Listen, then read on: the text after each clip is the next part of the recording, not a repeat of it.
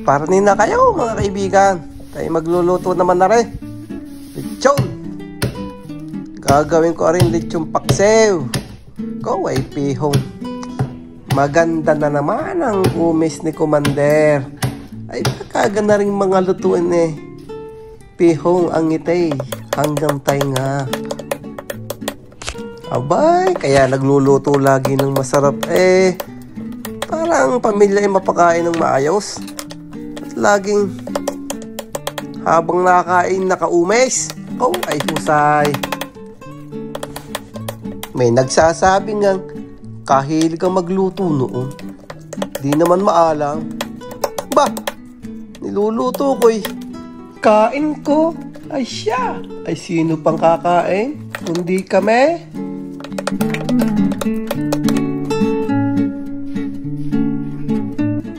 Yaw, nung mayari ng tartar ni di ko na i-defrost sa microwave. Mabilis-bilis. Saka aray, magigisa na rin ako na rin bawang. Siyempre, bawang at saka sibuyas. Lagi yan ang magkapartner. Oh, yan ang talagang hindi pwedeng maghiwalay, magkasama habang buhay. Ay, siya ay may hugot. Ayun, at ilalagay ko na rin ang aking tinadtad na paa ng lechon. Ko, ay talaga naman. Kung are yung matitikman na naman, ay nako, ay siya. Sasabihin nyo'y, tingin naman kaunti at nang maipulutan. Ko, ay are, talagang husay na husay pamulutan, ay husay na husay din pang ulam. Right, lalagyan ko ng kaunting tubig para maganda-ganda ang bulakan.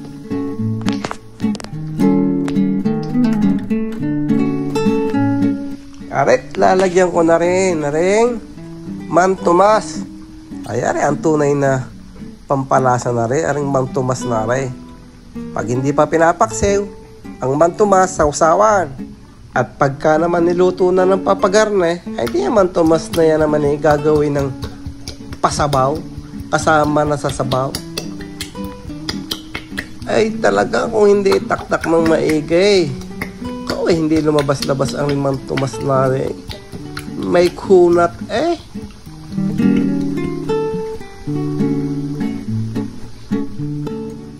At syempre, yan ay iyon luluglugan, yung buting yan at ng masae ng mantumas.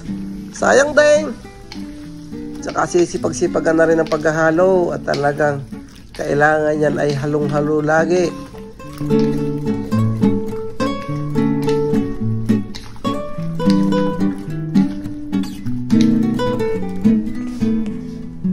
Maglalagay pa ng kaunting tubig at parang nakauntian ako sa tubig para maganda ang bulakan. Saka tatakluban at ihintayin bumulak. Yan na. Ayos na. Lalagyan ko na rin ng asin. Para siyempre may alat. Para ang lasa ay agaw ang tamis, agaw ang alat. Ikaw ay talaga nakakapalaway na. Alright, lalagyan ko na rin ng paminta. Dadami-damihan ng kaunti ang paminta. Magaling yung matapang-tapang. Saka ari, dahon ng laurel. May 2 dahon ni ayos na. Pwede na yan. Siyempre, halo ulit.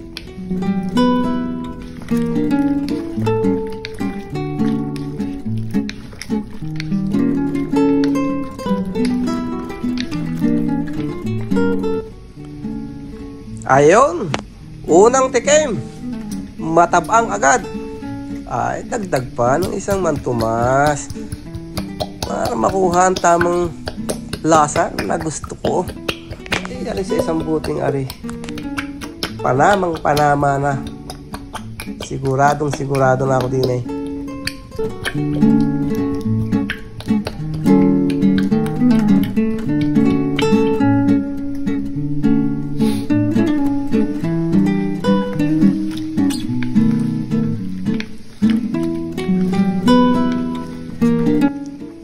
Ayun, at malapit na maluto ang aking lechon paksiw.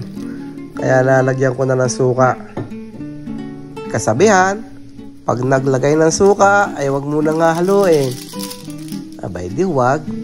Arit, nilagyan ko na rin ng isang pirasong magic sarap. Pwede nang haluin. Nakabulak na eh. O, edi, husay na. Ay rin malapit na sa katotohanan talaga eh.